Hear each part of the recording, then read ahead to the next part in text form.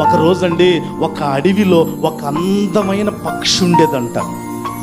ఆ పక్షికి దేనికి ఏ పక్షికి లేనన్ని అద్భుతమైన రంగులు ఉండేయంట.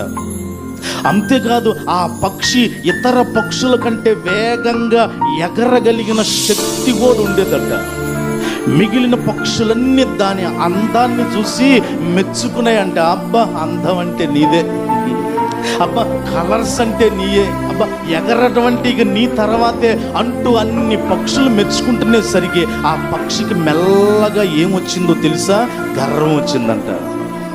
మెల్లగా గర్వం వచ్చి ఇలాగ అనుకుంటుందట, నేను ఇంతెత్తులోనే ఎగురుతున్నానేంటి, నేను అందరికంటే టాపు కదా అని నా రెక్కల బలమే ఇంతెత్తులో ఎగురుతున్నానంటే, కనుక నాకు గాలి సహాయం అక్కర్లేదు, నన్ను సృష్టించిన ఆకాశం కంటే నేను గొప్ప అని అనుకుందంట. అందరూ మెచ్చుకుంటునేసరికి ఆ గర్వంతో ఏం చేసిందంటే, లిమిట్ వరకే ఉంటుంది ఆకాశంలో ఎగరటానికి. ఇది గర్వించి నేను గొప్ప అనుకొని ఇంకొంచెం పైకి ఎగరటం ప్రారంభించిందంట. ఆకాశం పైకి ఎగరటం ప్రారంభించేసరికి వెళ్ళే కొద్ది గాలి పలసబడటం ప్రారంభించింది. అంతే కదా మరి, పైన గాలి పలచబడింది, ఆక్సిజన్ అందదిక పైన చల్లబడిపోవటం ప్రారంభించింది. ఊహించకుండా రెక్కలన్నీ అలిసిపోయి స్పృహ తప్పి అంతెత్తు నుంచి ఏడబడిందో తెలుసా? పక్షి నేల మీద పడింది.